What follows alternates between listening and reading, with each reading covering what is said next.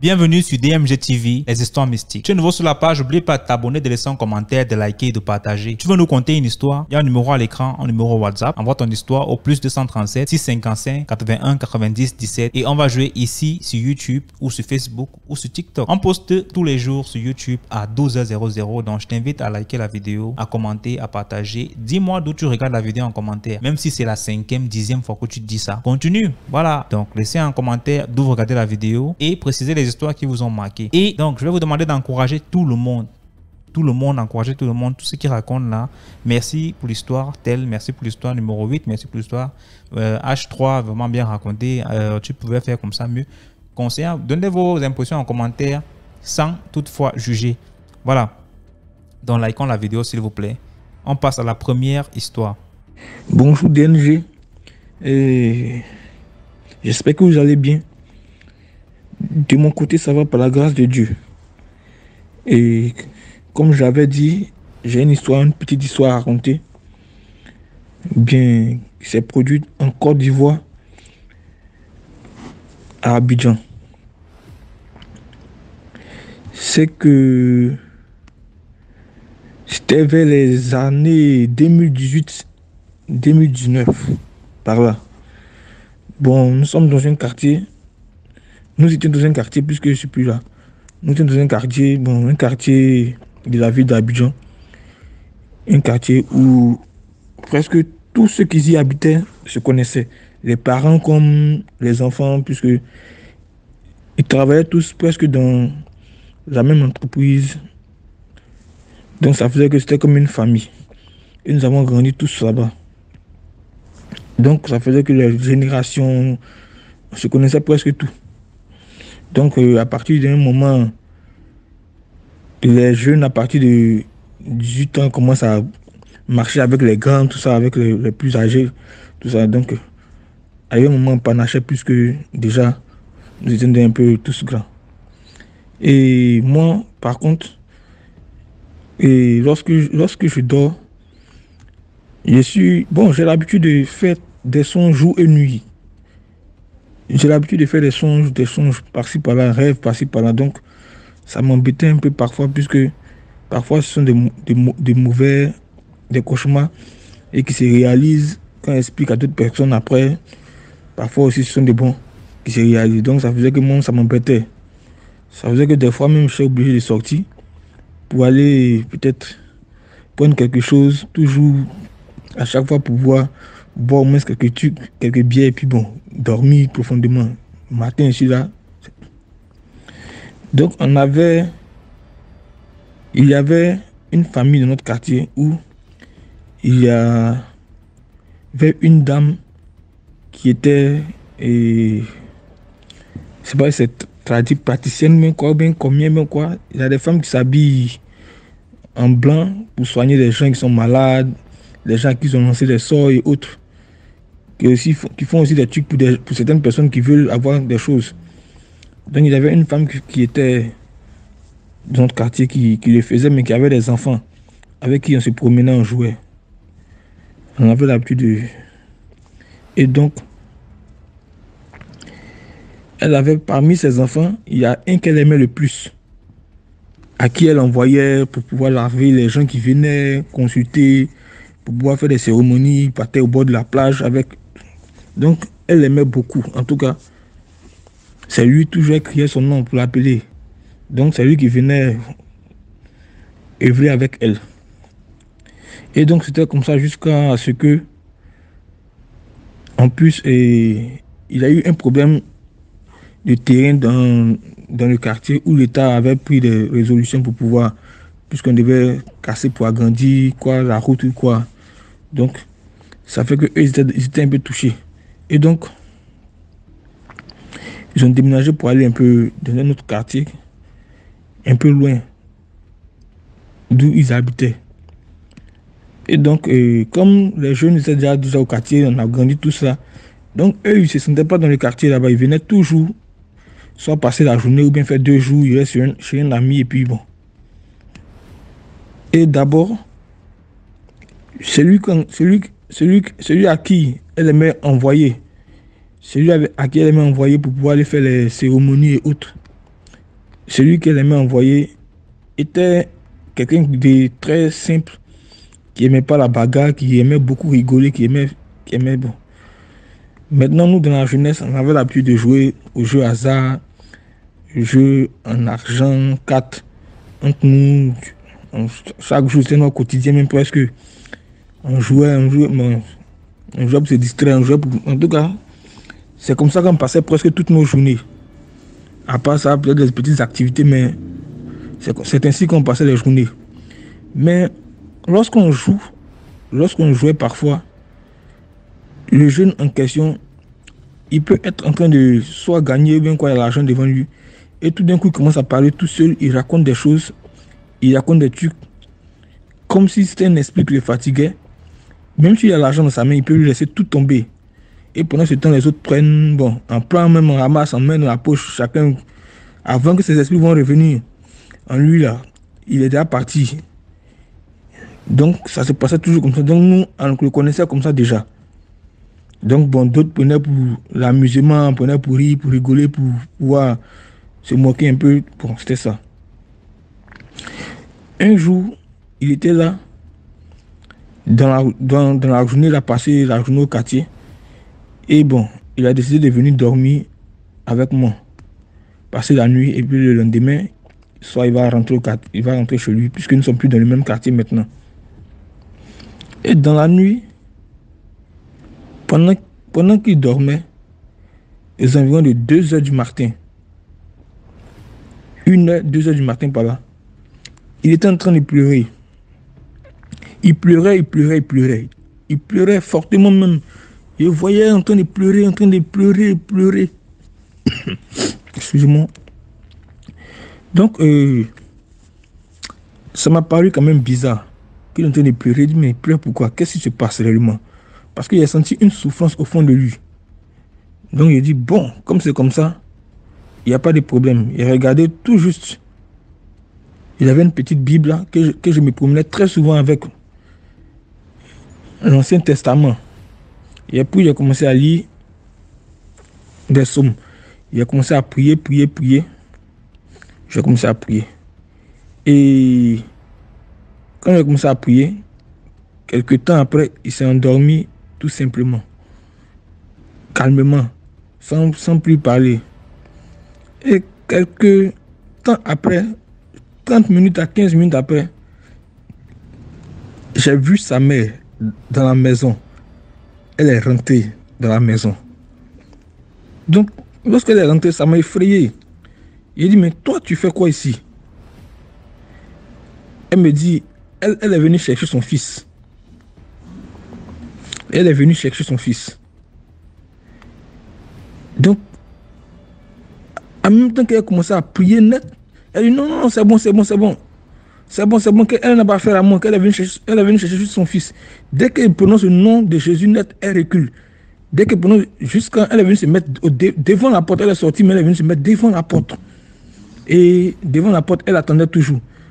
Donc je continue à prier encore. Elle a pris la route en se dirigeant du côté de la mer. Et elle est partie. Et lorsqu'elle est partie, après ça, moi je devais prendre mon départ pour un voyage pour l'Europe, donc je suis venu. Mais expliquer ce problème à mon ami, que ce n'est pas un problème turc, qu'il y a un problème là, voici le problème. J'ai expliqué ça à l'un de mes amis, parce que si j'expliquais ça au quartier, ça pourrait devenir autre chose, puisque c'est une histoire de famille, c'est un peu compliqué. Donc je suis venu ici, et quelques semaines après, j'ai demandé après lui, pour avoir ses nouvelles, comment il va. Mon ami m'a fait comprendre qu'il est devenu fou. Il ne raisonne plus, il marche, il se déshabille seul, il parle seul dans la rue. Il parle seul, il ne raisonne plus.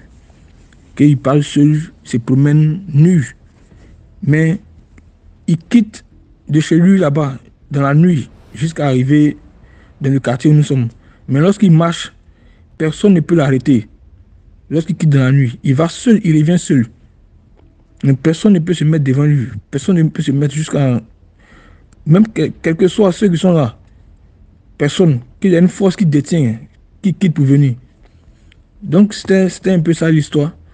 Et donc il a dit à mes amis que ce n'est pas un problème de truc, mais c'est un problème spirituel. Donc c'est juste à l'église qu'on peut faire ça pour lui. Sinon c'est pas ça. On ne peut rien faire pour lui. Qu'on ne peut rien faire pour lui. Que c'est juste à l'église qu'il pourra être délivré. Et ça ne sera pas facile. Qu'en tout cas, c'est sa propre mère qui le fatigue. Tant qu'il n'a pas pris sa place, il ne sera jamais libre. Donc, c'était un peu ça mon histoire. Merci beaucoup. Ce que j'ai à donner comme conseil, c'est que nous puissions faire beaucoup attention. Pas forcément obligé de suivre ce que les parents font, si ce n'est pas bien. Donc, ce sont les parents, parfois même, qui sont la base de nos problèmes. C'était juste ça. Merci beaucoup. Merci beaucoup pour l'histoire. Donc, on passe à la deuxième histoire. Deuxième histoire. Bonjour DMJ, bonjour la communauté DMJ TV. L'histoire que je vais vous raconter aujourd'hui s'est passée au Cameroun. C'est l'histoire de ma tante. Elle est même décédée il y a de cela 3 ans. En fait, ma tante, c'était une femme qui aimait tellement l'argent. C'était une femme matérialiste. Elle aimait les hommes riches, seulement les hommes riches. Dès qu'un homme pauvre se présente devant elle, elle ne le regarde même pas. Et à chaque fois, on lui reprochait ça, mais elle nous répondait toujours que est-ce qu'on mange l'amour, est-ce qu'on mange l'amour. Elle préfère l'argent. Un jour, on avait organisé une cérémonie à Douala et puis on a voyagé en famille. Nous sommes allés, le mariage s'est bien passé et puis elle a rencontré un monsieur là-bas à Douala. Mais le monsieur était tellement riche. Il avait beaucoup d'argent, mais on ignorait son métier. Et elle aussi, elle avait trouvé ce qu'elle voulait, elle ne pouvait même pas refuser. Puis elle a fait connaissance avec le monsieur, se sont échangés. Ils ont passé un peu de temps ensemble. Et puis, elle est revenue ici sur Yaoundé. Elle est venue nous trouver. Et puis, elle a expliqué à ma mère qu'elle a rencontré un monsieur à Douala. Le monsieur a les moyens. Et puis, le monsieur compte l'épouser. Elle va se marier avec le monsieur. Ma mère lui demande donc le monsieur là, est-ce que tu as rencontré sa famille un jour? Elle dit non. Et est-ce que tu connais ce qu'il fait dans la vie? Elle dit non. Ma mère lui dit, mais il te dit qu'il veut t'épouser directement. Tu es d'accord? Cherche d'abord à connaître son métier et sa famille quand même. Tu ne sais même pas d'où il sort et puis tu dis que tu veux l'épouser directement.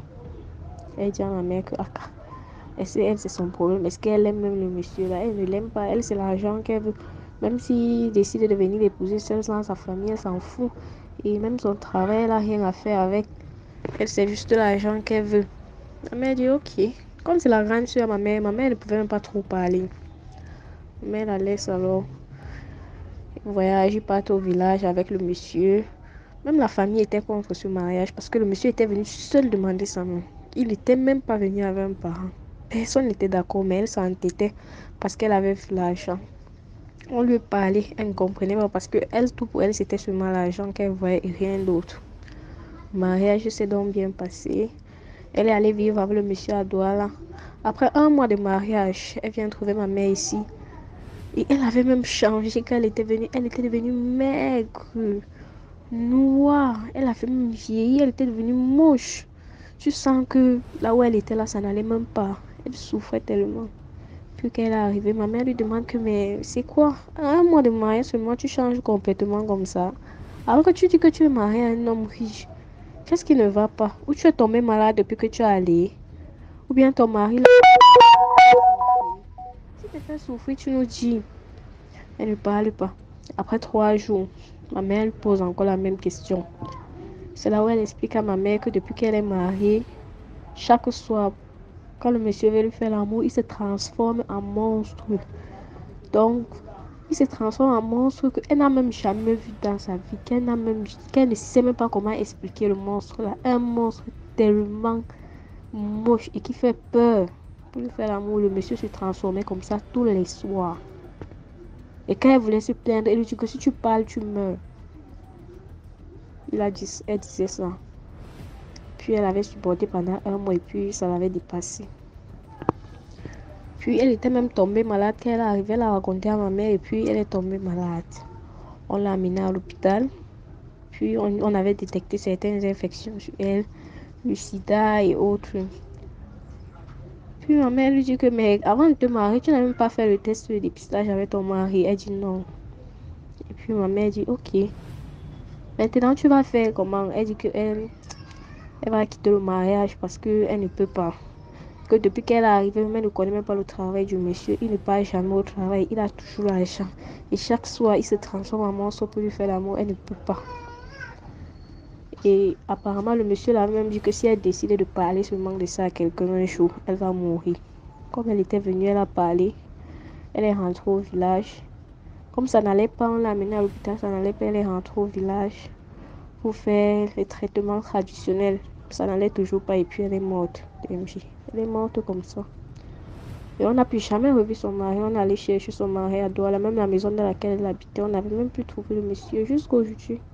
On ne sait même pas si c'était un humain, si c'était une bête qui s'est transformée en humain. On ne sait pas. En tout cas, ma tante est morte comme ça. Merci beaucoup pour l'histoire. Donc c'est un peu ça. Écoutons l'histoire et merci de partager, de liker, de commenter. Bonsoir, bonjour la famille DMG. Likons, partageons. Voilà, commentons, soutenons le mouvement et donnons la force. Ma soeur à l'intérieur m'invite. Étant là-bas, je connaissais personne, donc je n'avais pas d'amis. Et je me fais un ami qui est plutôt mature, responsable, bien charmant. On échange les contacts. Et moi, je reviens après, voilà, je monte sur Abidjan. Quand je reviens sur Abidjan, quelques mois plus tard, lui, il vient sur Abidjan, mais avec des amis.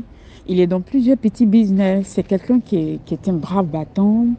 Et voilà, il m'impressionne par son courage, par sa manière d'envisager la vie. Il se disait que seul le travail paye, il faut se battre. Et il m'expliquait sa vie, sa galère, sa souffrance, qu'il s'est fait lui seul. Sa famille n'était pas à ses côtés, il était orphelin. Alors je l'admirais plus. Voilà, et on gardait tout le temps le contact, il m'appelait. Il était gentil. Il ne me donnait pas de sommes faramineuses ou bien exorbitantes, non, juste des petites sommes. Et je voyais que c'était un homme simple. Il avait plein d'amis. Ben, un jour, on monte dans sa voiture. Quand on part, moi, je jette un coup d'œil derrière. Je vois plein de documents. Je lui dis, tu aimes la lecture? Il me dit, oui, il aime la lecture. Je dis, ah bon? On ne dirait pas parce que moi, je suis une fanatique, quoi. J'adore la lecture et tout ça. Il me dit, non, lui, il aime la lecture. Ah, j'ai dit, pour quelqu'un qui aime la lecture, quand même, ben, toi, Donc, avant, on sent que tu as fait peut-être une série C ou D, parce que nous, les littéraires, quand même, voilà. Bref. On arrive, ils avaient pris toute une villa, et il m'a fait entrer dans sa chambre pour l'attendre, papoter. Le gars n'était pas sexe, non, c'était pas un gars qui tu sais qu'il est oh là là, non, non, il était très posé, donc voilà. On rentre dans la chambre, vient me trouver, on échange, parle des perspectives de la vie, de ses projets, de tout et de rien. Il me parle de sa fille, il avait une fille qu'il aimait très, très, très fort. Et je pense qu'il avait 2 enfants, un garçon, une fille, mais il aimait sa fille parce qu'il dit que tout le monde dit que sa fille lui ressemble, sa fille est belle, sa fille elle est chic et tout ça. C'était la photocopie de son père. Alors quand il me montrait la photo, effectivement, la petite elle ressemblait carrément à son père. C'est-à-dire c'était le genre de papa qui ne peut pas faire 1 heure sans parler de sa fille. Quand il voit quelque chose, il va acheter. Quand il ressort m'acheter quelque chose à manger, je reste seule dans la chambre. Ben, mes yeux se promènent un peu de loin et mon esprit me dit ouvre son placard. Et nous les femmes, les gens me disent ouvre son placard. Je me lève, j'ouvre son placard, je vois une tenue mystérieuse avec des livres de la Rose-Croix. Quand je me retourne vers le lit, je vois un autre petit carton, il y a plein de livres de la Rose-Croix. Je dis à quoi? Qu'est-ce que c'est? Mais qu'est-ce qu'il y a? Donc quoi je suis tombée là? Quand il vient, je fais comme si de rien n'était. Et puis je lui ai dit, j'aime beaucoup la lecture, donne-moi quelques livres, moi je vais lire un peu, mais montre-moi le genre de livre que tu aimes lire, s'il te plaît. Et il me fait sortir, me montre quelques livres, tout ça là sur sa table. Je lui ai dit, ah ok, il ne voulait pas me montrer d'autres livres, donc on se laisse. Des mois plus tard, il revient encore sur Abidjan. Quand il revient sur Abidjan, il me ramène toujours là dans son coin avec ses amis en groupe. Il ne me parle pas de sexe, on est amis, on mange, on bavarde, on papote quoi. Et cette fois-ci, il me dit que, ah, Candide, oh là là, je ne voulais pas dire mon nom. Oui, il me dit, ah non, mais je sens que tu es particulière et je voulais m'ouvrir à toi, en fait. Je dis, je t'écoute, t'inquiète, tu peux parler. Il me dit, ah, moi, quand j'avais des problèmes, à un moment, je suis entrée dans un groupe. Je dis, quel groupe? Il me dit, non, j'ai été cooptée, c'est une fraternité. Je lui ai dit, ah, une fraternité. Il dit oui. Je lui ai dit, une fraternité. Il dit oui. J'ai dit, une fraternité comme la Rose-Croix. Il me dit, oui, comme la Rose-Croix. Mais ne pense pas que c'est ce que les gens te disent. Non, tu ne peux pas croire ce que les gens te disent. J'ai dit, moi, les gens m'ont dit quoi que je crois? Que toi, tu es entré là-bas, est-ce que tu sais dans quoi tu rentres? Que tu es comme un ami, un frère qui m'aime beaucoup et que j'aime énormément. Quel que soit ton problème, et ça peut arriver à tout le monde, ne rentre pas pour t'engager dans ce genre de choses. Parce qu'ils vont te demander des choses que tu ne pourras pas accepter. Et ta vie va en partir. Il me dit non, de ne pas penser. Je dis, ah, mais donc, tu me parlais être un homme débrouillard, un chercheur, quelqu'un qui sait se battre et tout ça, alors que tu étais entré dans une fraternité. Donc, c'était un leurre. Tu ne te bats pas, tu n'es pas un chercheur. Il dit non, c'est pas ça. Mais au-delà de ça, il a construit des écoles, il est actionnaire dans des petites entreprises, il fait ses business, c'est un grouilleur. Et il me donne un livre. Je dis, c'est quoi? Il me dit, non, garde-le, c'est un livre de la Rose-Croix. Il dit, moi, je ne peux pas le garder. Il dit, non, garde-le, c'est pour toi. Au moins, tu pourras lire, savoir ce que c'est. Et c'est comme s'il entendait dans mes oreilles, dans mon esprit. J'ai dit, ce livre-là, moi, arrivé sur la route, je le jette. Il me dit, non, ne le jette pas, le livre. Il me dit, on ne jette pas le livre, on ne le brûle pas. J'ai dit, on fait quoi? Il dit, on donne. J'ai dit, ok, il a compris. Donc, on se perd encore de vue. On va dire 3 ou 4 mois encore qu'il part. Quand il revient, il est amaigri. Il est devenu bizarre. C'est plus le même mec. J'ai dit, mais qu'est-ce que tu as? Il me dit, non, ça va, seulement qu'il ne se sentait pas bien. Il est en train de me cacher des choses. Je lui ai dit, je t'avais prévenu. Parlons de la Rose-Croix, je t'avais prévenu.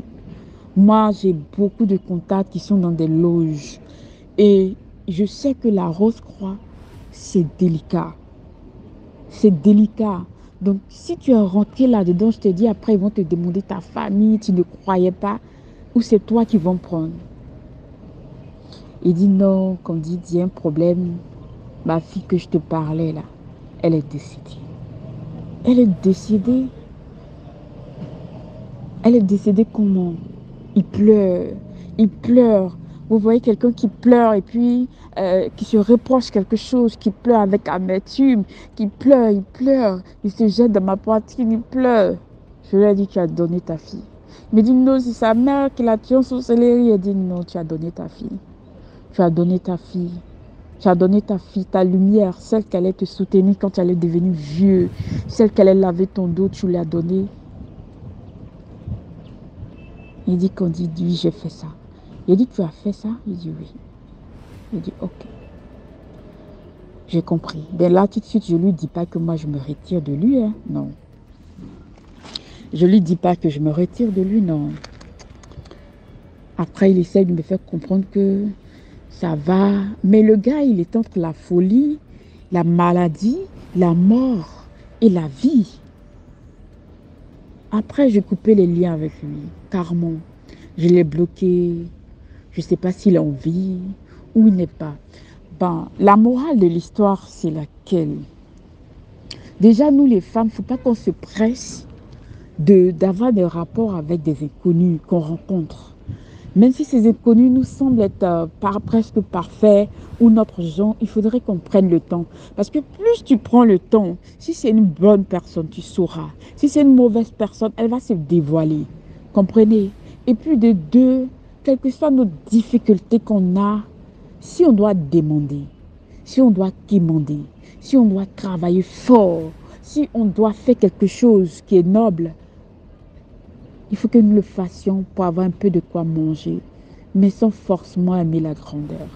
Alors, famille DMG, à très très bientôt. Merci. Et puis voilà, likons, partageons et puis soutenons le mouvement. Merci. On ne peut que te dire merci pour l'histoire. Ok, on passe à la 4e histoire. Encouragez tous les narrateurs, s'il vous plaît. Laissez des likes, commentez, partagez. Dites-nous d'où vous regardez la vidéo en commentaire. Et si vous aimez le concept, précisez aussi, ouais, j'aime le concept. C'est important. À force de lire des messages positifs, on ne produit que des trucs positifs. C'est pourquoi on a la force de produire. On se lâche même dans la production. On le fait pour la bonne cause. Donc, histoire numéro 4. Merci. Je vous raconte l'histoire. J'ai déjà envoyé 2, mais je n'ai jamais suivi, mais je vais toujours parce que j'adore vraiment votre programme. MJ TV. Quand j'arrive en Grande-Bretagne, alors, c'est un Anglais qui m'amène. Je suis vraiment dans la famille britannique, dans un petit village. Comme ils aiment aller dans les pubs comme on appelle au Cameroun. Mais c'est différent parce que ici, le pub, c'est comme une deuxième maison, lieu de rencontre. Les gens ne vont pas chez les gens. Les gens ne vont pas chez les gens ici. L'endroit où on rencontre des gens, la famille, les amis, c'est dans les pubs. Et comme ils ont leur culture de Sunday dinner, ils ont leur mets de dimanche. Le Sunday dinner, donc c'est la braise, le porc, le turkey, la dinde. Le porc, le bœuf. Donc c'est le bœuf, le porc et le turkey. Puis les vegetables et la salade, tout ça, le truc. C'est un mets très très complet pour Sunday dinner, spécial Sunday dinner. C'est le dimanche. Et il y a des restaurants spécialisés en ça. On appelle ça carvery. Le carvery. Alors dans un village vraiment britannique où il y a les pubs de plus de 1000 ans. Tu vois un endroit qui a plus de 1000 ans. Les choses sont anciennes, ça donne les anciens trucs. J'arrive là avec ma belle-mère et c'est un membre de la famille. Je vois un monsieur qui est assis là-bas de l'autre côté. Il ne mange pas, il n'a pas de bière. Il est assis seul dans certain âge là. Il ne regarde personne, il est là. Moi, je me dis que bon, peut-être que c'est lui qui a le pop, ou peut-être c'est un local, c'est quelqu'un local, comme on les appelle souvent. Il est là, il vient passer son temps. Il a tout ça là. On mange, on bavarde, on rentre. Une autre fois, on va encore, il n'est pas là. Après, bon, c'est pas sa maison, il vient se balader. Une autre fois, on va, il est là. Toujours même position. Il ne parle pas, il n'a pas de bière, il est là. Et comme dans la culture britannique, si quand on est ici, on ne pose pas les questions, il ne faut pas poser des questions, il ne faut pas se plaindre. Moi, je reste là. Il faut éviter de parler, il faut réfléchir, tourner avant, vraiment avant. Mais quand tu es déjà marié avec ton Dieu, quand vous êtes à Dieu là, vous connaissez nous les Africains, nous on bavarde. Après un jour, alors, je me pose la question, comment quelqu'un peut assis dans un pop avec la casquette, puis la tenue des pilotes là. Quand même, quand tu entres, tu enlèves la casquette, tu poses à côté et tout. Je demande à mon mari que, le pilote là, il vient toujours, il se fait voir au coin, il est toujours assis là avec la casquette, tout ça. Il me dit que non, c'est un fantôme. C'est le monsieur là qui avait le pub là. Il y a plus de 700 ans. C'est un pub qui vient de génération en génération. C'est ce qu'il m'avait dit. Et il était mort dans un crash d'avion. De temps en temps, il apparaît. Je vous jure. Moi, j'ai déjà peur d'aller là-bas. Depuis là-bas, je ne pars plus là-bas. Après, il me dit que même quand je vais souvent à la cathédrale, là, tu vois, vous voyez un peu des charrues là, avec le cheval, les trucs dans les films là. Tu vois ça en train de passer. Moi, je pense que c'est réel. Il y a certains qui sont réels, mais parfois, ce sont des fantômes, des gens qui sont morts depuis haut. Comme ils appellent Ghost Town, la ville des fantômes. Donc, parfois, eux, ils croient à ces choses-là. Parfois, tu peux voir un truc comme ça. Ça, c'est ma petite histoire là que voulais vous raconter, qu'il y a d'autres. Que j'ai déjà vu vraiment des choses, un monde mystérieux. Comme vous avez les... C'est vraiment mystique. Merci beaucoup pour l'histoire. On va rapidement passer à la 5e histoire. Dites-moi ce que vous pensez en commentaire. Apportez vos suggestions et merci à tous ceux qui like, tous ceux qui commentent, tous ceux qui partagent. Et oui, merci beaucoup. 5e histoire. Bonjour, je reviens vous raconter une petite histoire, c'est Nadège. Alors, comme je disais, étant petite, au Cameroun, déjà, c'est pour dire aux mamans d'être tout près de leurs enfants.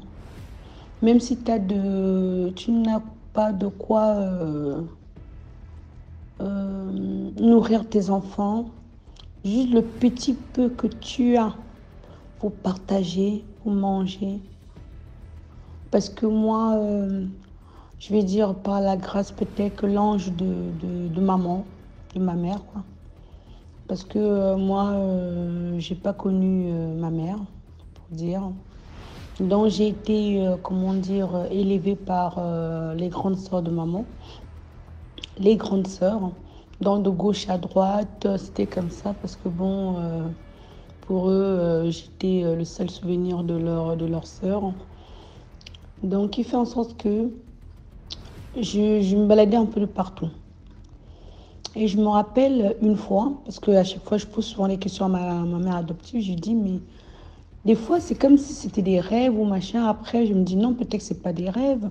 Et je pose des questions à ma mère adoptive, elle me dit oui, effectivement, t'étais partie à tel endroit, moi j'avais voyagé, j'étais pour l'Espagne et tout, parce que elle était secrétaire d'un grand type du Cameroun, ma mère adoptive. Donc bref, je vais taire le nom. Alors, parce que c'est avec elle que j'y vais vraiment, j'y vais parce que c'est grâce à elle que je suis venue en France. Bon, bref. Alors, je me rappelle une fois, j'étais avec un cousin, on était chez une tante à moi, chez une tante à nous, parce que même le cousin là, c'était pas sa maman, on était tous en vacances là-bas, mais on n'était que tous les deux. Et ma tante, en fait, qui est aussi ma marraine, elle n'avait pas encore d'enfants. Elle avait du mal à concevoir. Grâce à Dieu, elle a eu 2 enfants après. Bon, bref, au moment-là, quand maman me raconte, en fait, et que je me souviens un peu, une fois, on était en train de jouer avec mon cousin, là, on était en train de jouer les petits boîtes de tomates et tout. Je préparais, machin, on faisait papa et maman, des trucs comme ça. Et je vois, il y avait une poubelle derrière la maison.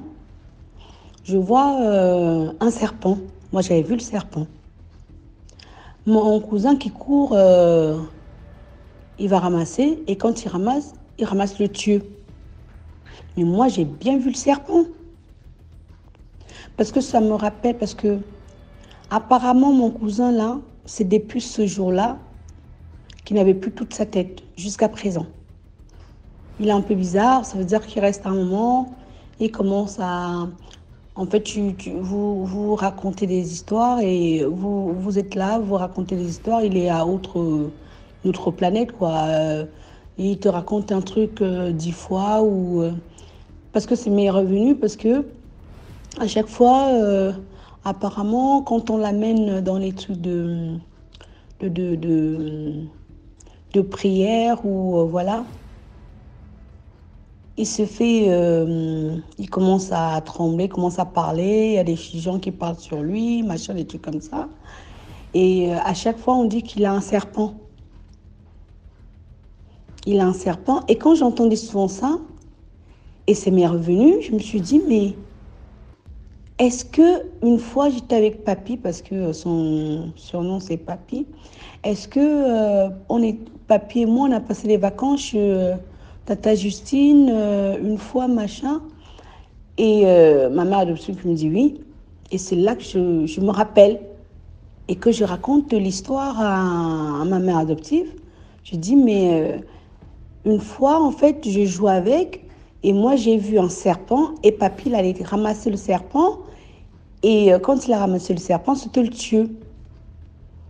C'était un tueux vert, quoi, un tueux vert. Et moi, j'avais vu le serpent. Moi, j'ai vu le serpent. Et et je me rappelle même parce que ma marraine, maintenant elle est ici aussi, elle est en France, elle me dit justement parce que je suis allée me plaindre.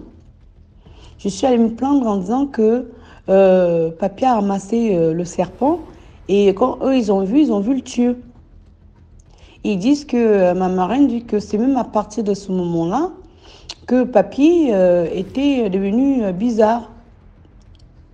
Il ne jouait plus, il était dans son coin, il devenait bizarre. Parce que sa mère, elle était partie, ma tante, elle était partie au Gabon. L'avait laissé avec ma marraine, quoi. Donc, lui, il vivait constamment là-bas. Il vivait constamment là-bas, mais il était chez un oncle, voilà, qui était affecté en BAM. Donc finalement, comme c'était des vacances, en même temps, il devait rester là jusqu'à la rentrée, quoi. Donc ma marraine me dit que depuis ce temps-là, et c'est moi qui relate l'histoire. Et c'est là que tout le monde commence à pas comprendre que c'était ce jour-là que cette chose a été on ne sait pas comment ça s'est passé, qu'est-ce qui s'est passé exactement. Mais moi, je revois la scène, quoi, étant petite. Donc, pour dire aux parents que vraiment, laisser les enfants de gauche à droite à n'importe qui. Ma marraine, franchement, c'est quelqu'un qui a un cœur... elle aussi, elle était naïve. Elle savait pas... c'est ça, en fait. Elle savait pas comment faire. Déjà, elle n'avait pas d'enfant. Donc, elle savait pas... parce que je me dis aussi que ça dépend aussi. Les gens qui n'ont pas d'enfants ne savent pas la valeur des enfants, je pense. Hein, je pense bien. Je pense bien. Parce que laisser tes enfants n'importe comment, n'importe où, parce que je vais vous revenir en moi-même plus tard. Hein, parce que il y a un moment où j'avais raconté à ma mère adoptive qu'on avait vécu dans une maison, machin. J'ai décrit la maison et je me suis fait, je dirais, à la prochaine histoire, quoi. La prochaine histoire, ça veut dire que il y a la sorcellerie existe. Hein. Les mamans, protégez vraiment vos enfants, franchement. Parce que on est à l'abri de rien du tout. Et c'est ça. Les enfants, heureusement qu'il n'y a que Dieu, quoi. Il n'y a que Dieu qui les protège. Parce que moi, je prends l'exemple. Pourquoi moi, j'ai vu le serpent et pourquoi lui, il n'a pas vu le serpent, il a vu le Dieu. Donc tout le monde est différent, tous les enfants sont différents. C'est ça. DMG, merci beaucoup. Toujours, tu fais vraiment du bon travail. Et je te remercie toujours. Likez, partagez. Et à très bientôt. Merci. Donc, merci beaucoup pour l'histoire. Donc, on passe à la 6e histoire. Voilà. L'histoire-ci, j'ai hâte de vous raconter ça. Je viens de me souvenir de ça. Je devais vous raconter ça depuis. Il est bien plus que les autres histoires. Je ne sais pas quand ça va apparaître. Mais un jour. On dit que la vie appartient à ceux qui sont patients. Tout est possible. Il y a une grande autorité de la Guinée équatoriale très élevée qui aime manger. Son mets le plus préféré, c'est les intestins, donc le foie, la serviette, les intestins, la façon qu'on prépare ça, bien assaisonné, tout et tout. Pepper soup, on appelle. Et quand il épouse une de nos copines, il lui dit que ça, c'est son mets le plus préféré, personne d'autre ne doit le manger. Et lui-même est chargé d'aller souvent acheter, d'apporter ça à la maison. Donc, sa femme ne doit pas, notre personne ne doit pas s'inquiéter, aller acheter. Et ce n'est pas elle qui cuisine, c'est la cuisinière, une maman qui s'est préparée les mets africains. Pendant quelques années que notre personne est mariée avec cette autorité, c'est vraiment spécial que quand mais il y a des assiettes, l'assiette spéciale que tu sais ton mari, ton époux, personne d'autre ne doit mettre la main. Et un jour, comme on dit 99 jours pour le volant, un jour pour le patron, le monsieur devait voyager pour venir à monsieur en Europe. Il dit à sa femme que là où je vais là, il faut que je mange d'abord mon truc. Parce que les milieux que je vais là sont compliqués. Ça stick un peu, donc, puisqu'il y a toujours l'instinct de la femme. La femme a souvent l'instinct très fort. Et la dame, la cuisinière, était en vacances. Elle n'était pas là. Et il était vraiment soucieux. Il se souciait. Oh, je ne sais pas comment je vais faire pour manger ça. Alors notre copine répond à son mari que je peux bien cuisiner ça. J'ai vu comment elle fait ça. Les condiments et tout. Je peux bien faire la même chose. Et son mari lui dit, tu es sûr que tu peux préparer ça? Elle dit, bien sûr, je vais préparer. Et dans l'inquiétude que tu es sûr que tu vas préparer ça, l'instinct de la femme dit, mais pourquoi c'est si spécial? Les intestins du bœuf, là, tout ça, on va, on achète ces trucs au marché, qu'est-ce qu'il y a de si spécial? Elle dit donc à son mari que quand j'irai le matin, je vais aller acheter et je vais te les faire cuisiner. Et il dit que non, ne t'en fais pas, j'irai les acheter. Toi, tu vas cuisiner si tu peux vraiment les cuisiner. Elle a dit, bien sûr, qu'est-ce qu'il y a de si spécial de préparer des intestins et tout du ventre? À partir de cet instant, l'instinct féminin est très très fort en elle et elle décide de suivre son mari là où il ira acheter les intestins, les tripes. Oui, on appelle ça les tripes. Ce sont les tripes.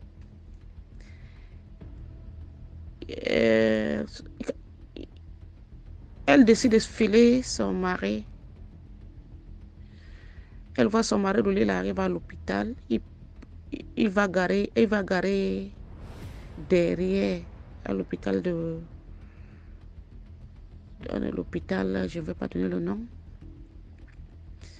Et un médecin sort avec la glacière, il vient remettre à son mari.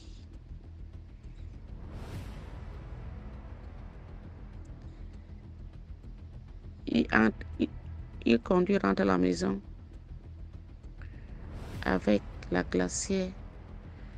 Quand la femme va ouvrir, elle voit, comme d'habitude, tous les tripes, les serviettes, tout ce qui est dans le ventre là, les poumons, tout ça. Elle a compris ce que c'était. Elle a décidé de le quitter. Elle a fui. Elle a pris un visa. Elle est venue nous rejoindre ici en Europe. Elle est là, elle fait sa petite vie tranquille. Le monde est mystique. Le monde est terrible. C'est vraiment mystique. Merci. Merci beaucoup pour l'histoire. On passe à la 7e histoire. Bonsoir DMJ. Déjà, j'aime beaucoup ce que vous faites. Je voudrais déjà vous remercier et vous dire que je vous suis beaucoup sur YouTube. Je me suis abonné à votre page YouTube. Alors voilà mon histoire. Je suis gabonais et je vis précisément au Gabon. Alors j'appartiens à une assemblée de la place, je vais garder le nom. Et dans mes débuts dans le Seigneur,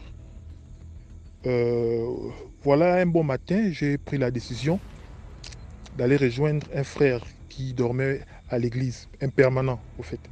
Je voulais passer un peu de temps à l'église. En fait, pour moi, c'était la première fois que je vivais ce genre de choses. J'entendais souvent des histoires sur YouTube, non, une dame est entrée dans une église, elle a fait ceci, elle a craché un serpent, elle a laissé ceci, elle a fait cela. Mais toujours, je me disais, bon, ça n'arrive qu'aux autres. Savoir, c'est à savoir encore si c'est vrai. Et je décide d'aller passer un séjour à l'église. Je crois que c'était un mercredi soir. Pardon. Je suis un peu grippé. On assistait au culte et il y a une dame qui est entrée à l'église. Elle a assisté au culte.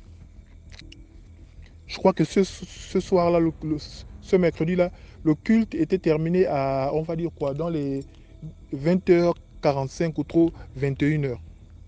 Et la dame est restée assise dans l'église. Elle ne parlait pas. Alors l'une des sœurs de l'accueil s'est rapprochée de la dame. Elle disait qu'elle ne voulait parler qu'au pasteur. Donc, la sœur de l'accueil a conduit la dame dans le bureau du pasteur. Quelques minutes après, le pasteur a appelé le frère qui dormait à l'église. Et moi, en même temps, nous sommes entrés dans le bureau. Il a posé la question à la dame. Madame, pourquoi vous ne pouvez pas entrer chez vous? Je crois que la dame disait au pasteur qu'elle ne peut pas entrer. Que si elle rentre, son mari va lui faire du mal. Donc elle demandait au pasteur si elle pouvait dormir à l'église. Mais le pasteur voulait en savoir un peu plus. Madame, pourquoi votre mari veut vous faire du mal? Vous ne trouvez pas que c'est mieux qu'on vous dépose et puis on essaie de voir un peu de quoi il s'agit? La dame ne répond pas. Vous habitez loin? Elle ne répond pas. Vous avez des soucis avec votre mari? La dame ne répond pas. C'est-à-dire qu'elle est assise dans le bureau en face du pasteur et nous sommes derrière, sur les côtés. Elle regarde au pasteur, mais elle ne dit rien. Après, le pasteur... Excusez-moi, je suis un peu bègue. Hein. Donc, le pasteur nous a dit, bon, ok, voici cette dame, elle a des problèmes avec son mari. Elle va dormir là, à l'église, et demain matin, vous lui faites prendre au taxi, elle va rentrer.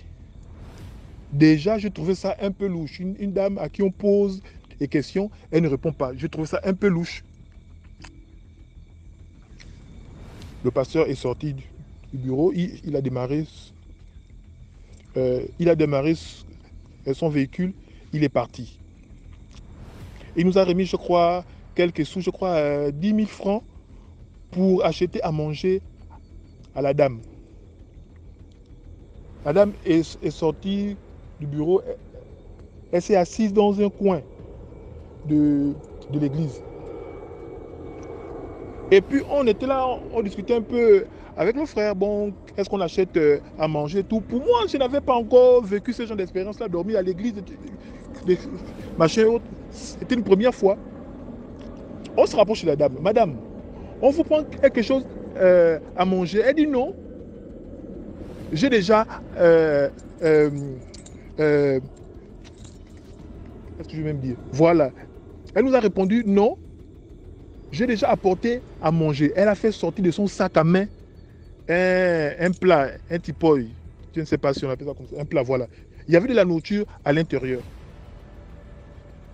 Nous, ça nous a surpris. C'est comme si la dame savait qu'elle devait dormir à l'église. En fait, elle s'était déjà préparée.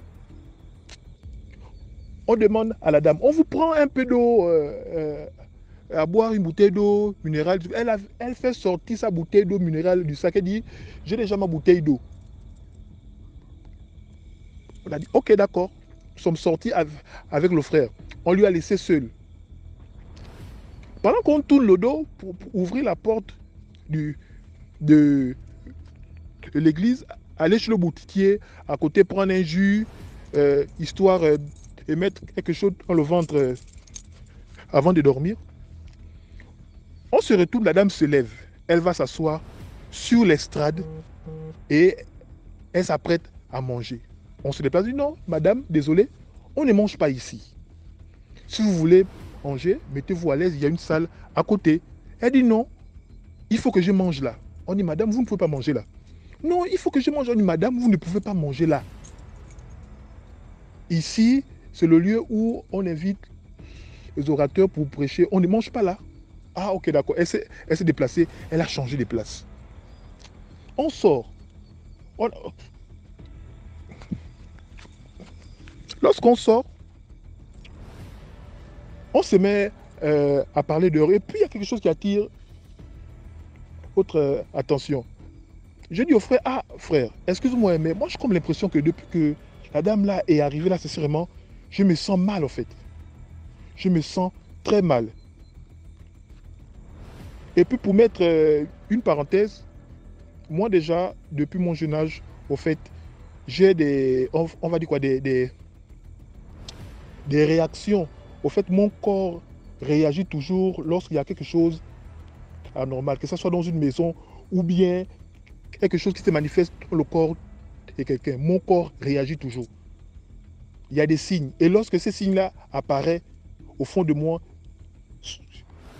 je sais déjà que là, il y a quelque chose qui ne va pas. Et automatiquement, je panique. Je ne sais pas, mais c'est depuis mon jeune âge. Et ça faisait longtemps que j'avais ressenti ça. Lorsque j'ai commencé à penser à cette dame-là, je commençais à avoir les mêmes sensations. J'ai dit, frère, excuse-moi, ce que je ressens en ce moment-là, la dame-là n'est pas claire. Il me dit, non, tu sais, la Bible est claire que nous sommes en Christ, tout âme forgé contre nous est nul et sans effet. Je dis, mon frère, être chrétien, c'est peut-être ma boule. Quand quelque chose ne va pas, il faut être très vigilant. C'était mes débuts dans le Seigneur, je ne connaissais pas encore la Bible. Donc pour moi, je mettais en garde le frère qui était trop zélé. On termine de faire ce qu'on avait à faire dehors. On rentre dans l'église. Quand on rentre dans l'église, elle part s'asseoir du côté des orateurs. Elle est assise. Elle met le ventilateur. Elle commence à dormir. Il y a un endroit où on installe les diacres, les anciens. Elle s'assoit là. Bon, le frère a voulu insister. J'ai dit non, laisse. Elle va dormir là. Comme dans le temple, il y a la douche. Il y a la porte de la douche juste sur le côté. J'ai dit au frère, bon, pendant que tu es dans le bureau en train de manger, moi je vais vite prendre une douche. Donc je vais prendre la douche. Lorsque je passe pour aller sous la douche, la dame, elle me regarde. Elle sourit. J'ai trouvé ça vraiment d'étrange au fait. Elle sourit. Je m'avais sous la douche. Mais je t'assure, DMG, pendant que je suis en train de me laver, je me lave au travers la porte. Au fait, je pouvais ressentir que quelqu'un est en train de me regarder. C'était là, la chair de poule, bébé. Je ne sais pas, la chair de poule ou la chair de coq. Je ne sais pas trop. Mais mon corps réagissait. Et mon corps pouvait me dire qu'en face, l'autre côté de la porte, il y a quelqu'un qui te regarde. Et je pouvais ressentir ça. Je me suis lavé. Je ne peux même pas dire que j'ai vraiment pris une douche. En fait, je me suis baigné. J'ai juste versé l'eau au corps. Lorsque j'ouvre la porte, la dame en question est assise devant la porte de la douche. Elle est assise sur la chaise. Elle rit. J'ai dit, mais qu'est-ce que vous faites quoi là, madame? Non, non, j'ai changé de place et tout. J'ai dit non. Qu'est-ce que vous faites là? J'appelle le frère. J'ai dit mais non, mais attends frère, on fait quoi de la dame? Il me dit non, le pasteur a dit qu'elle doit aussi. J'ai dit mais non, je me lave, j'ouvre la porte de la douche, elle est devant la porte, assise. Elle faisait quoi? Oh non, il faut laisser, c'est une âme du Seigneur et tout, machin. J'ai dit ok, d'accord. Maintenant, on s'apprêtait à dormir. Il faut dormir. Donc avec le frère, on se mène dans une pièce, on dit bon, madame, ici, avant de dormir, on prie ensemble. Est-ce que vous pouvez vous joindre à nous? Oh non, c'est bon, allez-y, priez. On s'est enfermé dans une pièce, on s'est mis à prier. Prier d'une façon que... Au fait, je n'avais jamais prié de cette façon. Et en même temps qu'on priait, on toussait. On toussait. On avait comme une toux, une toux vraiment... Tu tousses, les larmes coulent, tu tousses, les larmes coulent. tu tousses. On toussait, on prie, on tousse, on prie, on tousse. On a terminé. On sort du bureau. On décide de dormir dans le temple. Donc, juste en face de la dame. On a dit non, on ne dort pas dans les chambres des permanents. Il faut dormir où la dame se trouve. Il dit non, mais pourquoi tu t'inquiètes? Il dit non, on va dormir là. On dort. Et puis pendant qu'on est en train de raconter, pendant que le sommeil veut nous prendre, 3 heures du matin, je dis frère, il me dit oui. Lève-toi. Il se réveille. La dame est assise devant la porte du temple de l'église. Elle est devant la porte. C'est-à-dire qu'elle a placé la chaise et elle s'est mise face à la porte. Et elle est assise, elle dort. Elle a changé de place. Je dis frère, ça là c'est pas simple. Et le comble c'est qu'on a laissé la clé on va dire quoi? À la serrure. Donc il fallait maintenant retirer la clé parce qu'on ne savait pas ce qui pouvait se passer. Je pris mon courage, je me lève, j'arrive devant la porte.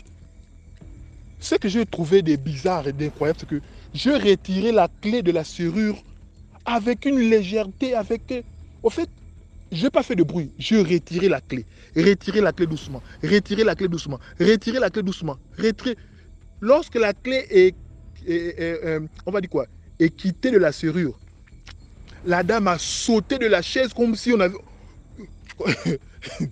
Ah Seigneur. Elle a sauté de la chaise. On avait comme l'impression qu'on lui avait mis des pétards sous la chaise et puis elle a paniqué. Elle a sauté. Oh, vous voulez faire quoi? Vous voulez faire quoi? Pourquoi vous voulez pas que je parte? Pourquoi vous voulez pas que je parte? Pourquoi vous voulez pas que je parte? Elle m'attrape les mains. Pourquoi vous voulez pas que je parte? Pourquoi vous voulez pas que je parte? Laissez-moi partir. Laissez-moi partir. Elle attrape la porte du temple. Elle secoue. Laissez-moi partir. Je vais sortir. Je vais sortir. On m'appelle. Je vais sortir. Je gronde la dame. Taisez-vous. Vous avez quel problème? Vous voulez sortir pour aller où? Il est 3 heures du matin. Et je vous dis que la dame était vêtue comme si elle allait à une soirée. Hein. Elle est venue assister au culte. Elle était vêtue d'une façon, non? Comme si elle allait assister à une soirée. Oh non, je vais sortir. Je vais partir. On m'appelle. On m'appelle. Madame, qui vous appelle? Qui vous appelle? Je vais partir. Laissez-moi partir. Ouvrez la porte. Je dis, madame, je suis désolé. Il y a l'insécurité dehors. Je refuse de vous laisser sortir à cette heure-ci. Si vous voulez, attendez. On va dire quoi?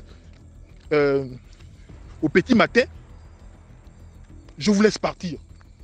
Non, il faut que je parte. Pendant tout ce temps, le frère en question qui me disait que non, tu sais, nous n'avons pas à lutter contre le... Bref. Il est debout, il me regarde. Au fait, pour lui, il est stupéfait. Parce que c'est la première fois que ce genre de choses-là arrivaient. Elle m'a crié, elle m'a crié, elle m'a crié. On ne sait pas comment elle a fait pour ouvrir la porte. Elle a secoué la porte. Les portes à 2 battes là. Lorsque tu enlèves les crochets du bas et du haut, même si la porte, on va dire quoi, est fermée à clé, donc facilement, tu peux l'ouvrir. Donc elle a enlevé les 2 crochets et elle a ouvert les 2 battants. Elle est sortie, elle a couru, elle a pris son sac, elle a couru. On poursuit la dame, il est 3 heures du matin. Dans un quartier où il y a l'insécurité, on poursuit la dame. Pendant qu'on poursuit la dame, elle dit, au secours, au secours, au secours, on veut me tuer. J'ai dit, frère, stop. Il me dit, pourquoi? Elle peut se faire braquer comme ça, machin. Hein? Il faut qu'on la rattrape. J'ai dit, là, nous sommes 2 hommes. On poursuit une dame. Elle crie au secours. Entre toi et moi, c'est qui qu'on va frapper? C'est la dame ou bien c'est nous? Oh oui, c'est vrai, tu as raison, mais on fait comment? Après, la dame s'arrête à une certaine distance. Elle dit, excusez-moi hein, les enfants, j'arrive, hein, je reviens, je ne dure pas. On m'appelle. Je dis, à haute voix, madame, Où vous allez là, allez-y, oh. Ne revenez plus jamais. Partez avec vos choses. Et lorsqu'on est revenu, on a fermé le temple. On s'est regardé avec le frère. Il me dit, ah frère, si j'étais seul, je ne sais pas. Au fait, il me dit que je ne sais pas comment je devais gérer ce genre de problème-là, quoi. Pour lui, c'était quelque chose de nouveau. Et le lendemain, lorsque le pasteur est venu, on lui a expliqué. Et il nous a répondu, il nous a dit, au fait, lorsque lui-même il est rentré, on va dire quoi, il avait du mal à trouver le sommeil. Au fait, c'était difficile pour lui. Il avait du mal à trouver le sommeil à cause de cette dame-là. Et il pouvait dire que le Seigneur lui a révélé que cette dame-là avait été envoyée, au fait, pour faire quelque chose dans le temple. Elle voulait sortir de son corps pour faire ce qu'on lui a demandé de venir faire. Mais comme on était là, et ce qu'on faisait l'empêchait de faire ces choses. Et raison pour laquelle elle a paniqué en disant que non, il faut que je parte. Au fait, lorsqu'elle disait il faut que je parte, c'est la réunion en question. Au fait, elle voulait sortir de son corps dans le temple pour aller dans la réunion. Mais comme à l'intérieur, elle ne pouvait pas sortir d'elle-même pour aller dans sa réunion mystique, elle était comme bloquée. Donc il fallait qu'elle sorte. Voilà pourquoi elle s'agitait.